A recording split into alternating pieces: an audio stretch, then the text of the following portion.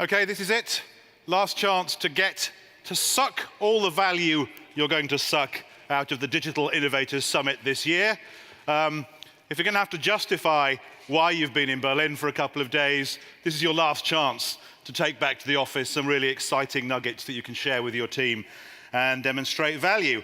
And this next presentation is a great opportunity to do that, because if anyone's asking you, so how do we survive in the world of Google, Facebook, etc., a great person to ask, or a great organization to ask, would be Google.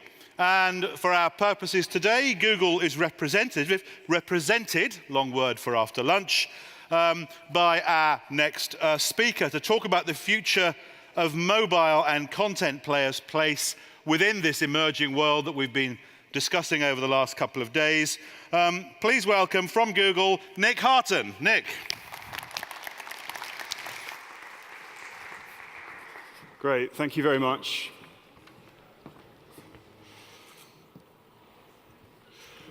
So, first and foremost, it's great to be here today in Berlin. I think I guess to start off with, so I represent Google in the Global Product Partnerships team. And what I'm here today is to talk a little bit more about faster content, open distribution, and in particular about accelerated mobile pages, which is an important open source project that Google's been part of.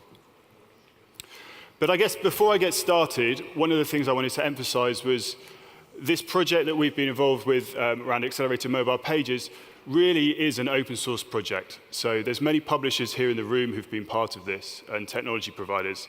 And they could be stood up here to talking about this in my place. And really the genesis of accelerated mobile pages came out of discussions as part of the Digital News Initiative in Europe. And this was a conversation between Google and between publishers, essentially helping to figure out how to build a more sustainable news ecosystem. And to do this founded on technology and innovation. And it was through those conversations that really some of the underlying issues came to light about 9 months ago, and here we are 9 months later with a product in place that starts to help to improve the mobile web for users. So what I'm going to do today is firstly talk a little bit about the context. So I'm going to talk about some of the issues that have been raised that will be familiar to so many in the room. Secondly, I'm going to talk a little bit about the technology that sits behind accelerated mobile pages. And then finally, I'll talk a little about the launch, and I'm happy to take questions. So looking back to 2015, 2015 was something of a watershed year for Google. So more searches originated on mobile for the first time than on desktop. And to put this into context, there's more than 100 billion searches that take place on Google each month. It's really, firstly, a staggering amount, but also there's continued staggering growth. And in more economically developed countries like the US and Japan, these countries cross that threshold. But also, there's huge, huge growth in terms of new users coming online. And this is the foundation upon which the Android platform sees a lot of its success, with more than 1 billion daily active users. And it's really in markets like India, Indonesia, where we see these folks coming online. And it tends to be they're coming online with their first internet-connected device, which is a mobile, and this tends to be their only internet-connected device.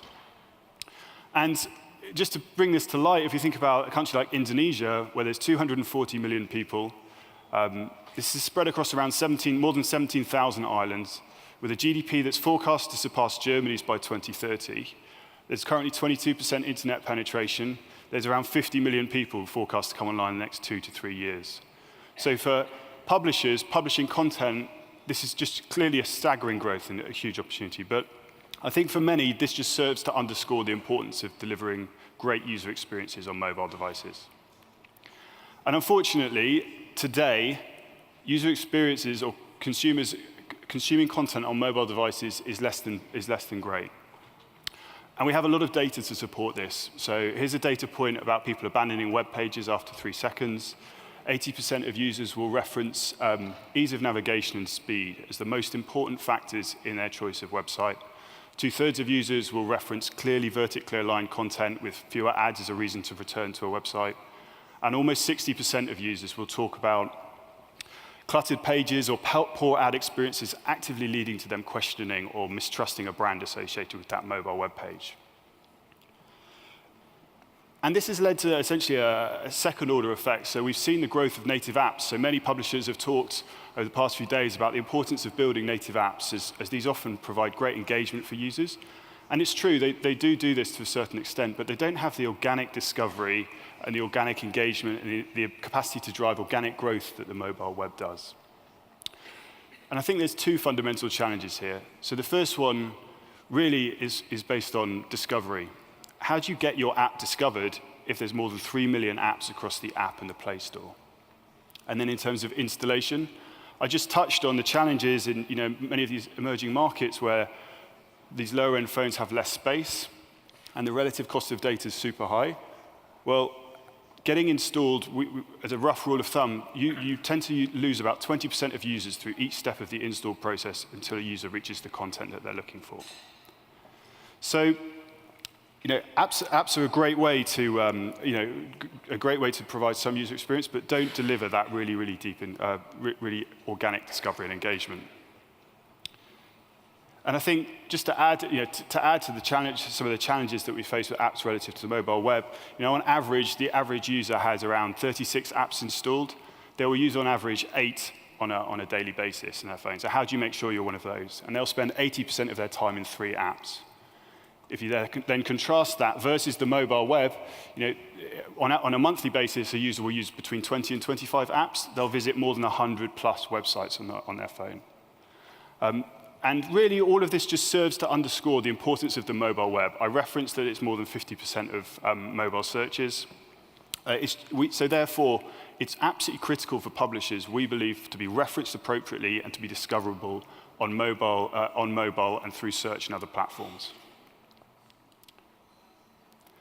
And so there's essentially 3 fundamental challenges that kind of sit behind all of this. And the question we really have to ask ourselves is, how do we build this open ecosystem of knowledge? At its heart, there's really poor customer perceptions of the mobile web and the web itself, on mobile web experiences. So we have to ask, can we make the web as compelling and as engaging as we believe it can be?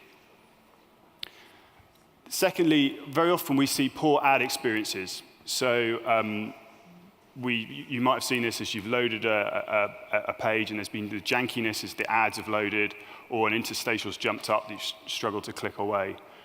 These experiences are resulting in second-order impacts. We heard a little more this morning of a rise of ad blocking, where we see ad blocker penetration growing beyond 20% here in Germany.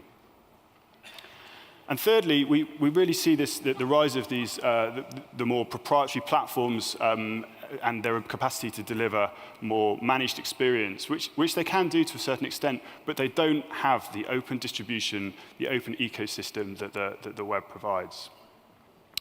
So the exam question that Accelerated Mobile Pages really sought to answer was, how do we provide appropriate and compelling user experiences that take full advantage of the web and all of the great capabilities that the web has, take full advantage of all the great products that publishers offer, but can also do so in a way that give publishers control over their content, give publishers control over their business models, and ultimately give publishers control over their destinies. And so, as a community, we came together and we believed we needed to do something. And we believed we needed to do something at the foundational level of the web itself. And in doing so, adhere to those principles of the web. So the principles of openness and the principles of those technologies used. And there's 5 basic underlying features of Accelerated Mobile Pages and what we're trying to achieve. Number 1, they should be fast. So they should be fast to load, they should be fast to distribute, and ultimately, they should save bandwidth where possible, coming back to my previous point about the relative cost of data for users. Secondly, they should be easy to implement. There are many new standards in the marketplace, many more asks being made of publishers and others. They should be based on existing technologies. We realize developer bandwidth is constrained. They should be based on existing skills. Thirdly, they should be mobile friendly. So they should respect a standard, and thanks to that standard, they should be optimized for the mobile web. It should embrace the open web. So this is about being non-proprietary. It's about respecting open standards. And it should be about not necessarily just about articles and not necessarily just about publishers, but it should be about all content delivered on the mobile web in a great way for users. And ultimately, we believe that this should give strong incentives. If we believe faster, more engaging content for users is right, we should provide incentives for people to adopt that technology and deliver those better experiences over time. In subsequently delivering more content to users and ultimately better monetization of that content. So I'm just going to talk very briefly to actually what sits underneath the hood of accelerated mobile pages. So firstly, and really at the core of the technology, this is about simplifying pages. It's about reducing the file sizes and making them load faster. And there's three ways that we do this. Firstly, through HTML. So we use the open standard of HTML5, and this essentially defines the structure of the page. So anybody can build an AMP HTML component. We use GitHub, which is an open platform for anyone to propose new AMP HTML components, to improve upon existing ones, to suggest changes or amendments to existing components. And there's been thousands of pull requests and a very engaged developer community, both on the publisher side and the technology side on GitHub. Secondly, the JavaScript. So this defines some of the more interactive functionality of a page. So this has already been optimized for the page. It just needs to be included in the pages, and there's no additional cost here. Thirdly, the style. So this is the publisher's page. So it should represent the brand. It should look as beautiful as the publisher would like it to look. And it's based on the open standard of CSS3. It's limited by design to 50 kilobytes of CSS. This is enough for a beautiful page to represent all of the publisher's brand, but it's not enough for a complicated website. Secondly, we optimize bandwidth. So we do this through a few different techniques, one being we predefine the size of ads and images on the page to enable us to parallelize the load and deliver the best content first for the user. We do things like loading the first viewer field, downloading the first viewer field first so that users will see, and lazy load images subsequently, such that users can see the content quickly and engage with it as fast as possible, and the pages will launch immediately. And secondly, we'll also do things with image resolution to make sure that the right image is delivered for the right device. And thirdly, we'll cache pages. So anybody can build an AMP cache. And in simple terms, this is just moving your content closer to the end user. So if there's a publisher in the US that wants to deliver AMP pages to a user in Berlin, they can move content using the AMP cache to Berlin and just deliver them faster to the user. Google's built such an AMP cache, and anybody is free to use it.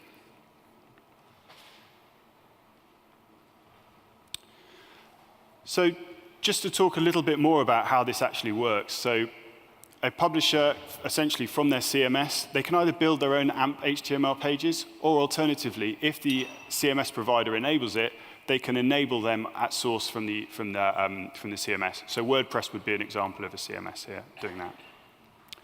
The AMP HTML page is essentially just a mirror page for the current canonical HTML page. And this is a full page that can either be served directly from your servers to the user or through the AMP cache. And then the third and critical point here is, I'm here representing Google, but this is for any platform to consume and distribute to users. So Twitter Moments launched, I think it was last week.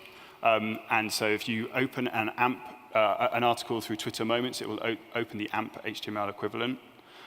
We have other support from the likes of Pinterest, LinkedIn, and other platforms in the future. And the final point to mention here is just all revenue, this is the publisher's paper, all revenue associated with this is delivered back to user. All analytics data all revenue is delivered back to the publisher. All analytics data is delivered back to the publisher in the same way that it would from a current page. So what did we launch? So February the 24th, from a Google perspective, we launched AMP in search. So if you go on your device now, whether it be an iPhone or an Android phone, and you type in a query into the browser, what will happen is if there's a trending news story and there's more than 3 AMP articles available, this carousel on the far left-hand side showing Donald Trump in all his glory will be generated. And users can swipe through the carousel in search. Once they click on that, they're then on the publisher's page. Again, if they swipe left or right from these pages, it will take them to other pages within the AMP carousel. And it's really for the publisher to define the onward journeys from here. So we launched in 12 countries, US, UK, Italy, France, Germany, Russia, Spain, India, Indonesia, Japan. I think there's one other. And from the current launch, which was very successful to date, I think we're looking to do two things. Firstly, there's clearly other Google products which it makes sense for AMP to be a part of. And secondly, there are other countries that we'd like to launch in the short to medium term. So the final point I'd make is just that AMP, we've had a very, very good reception with the launch. It's a project and a program that's founded on openness. It's founded on the contribution of publishers and technology providers that's made it the success to date. But it's really just the first step in a journey. There's a lot more work to do in terms of working with all of the technology providers. There's a lot more work to do in terms of expanding and proving the hypothesis that we have here. But we feel really positive about success to date.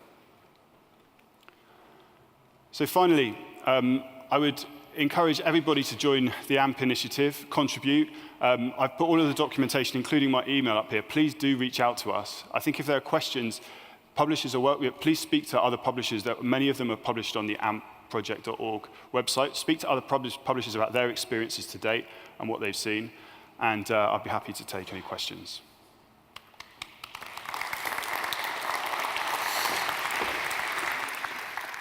Okay, questions then, please. Raise your hand in the usual way if you'd like to get in first.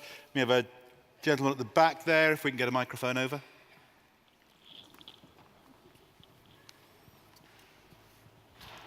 Hi. There's an open source CMS that we heard about a little earlier. That's Thunder by Borda and their affiliates.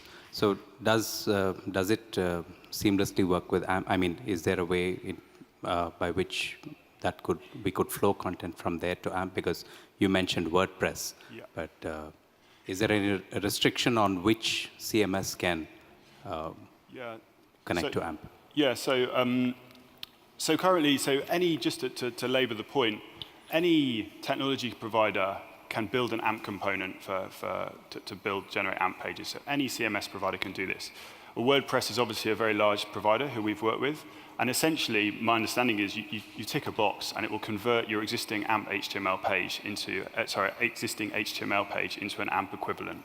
Now, if there are other providers, CMS providers, who don't currently support this, I would encourage you, A, to reach out to them directly, and B, to reach out to us at Google if we can provide any support.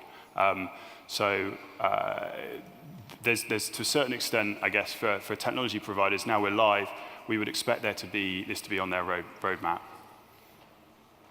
And we have one more question over there. That'll probably need to be the last one. Hi, Barry McElhenney from the PPA in London. We're running a festival on May the 12th in London, and we're having a session called Our Content, Their Platforms.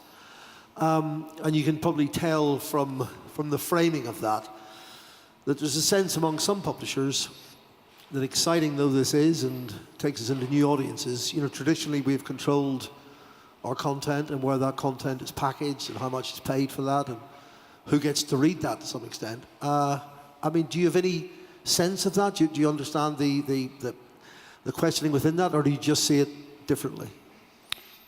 No, I do. I think we do. So I think one of the things I was keen to labour as part of my presentation is I talked a little bit about the background and some of the context here.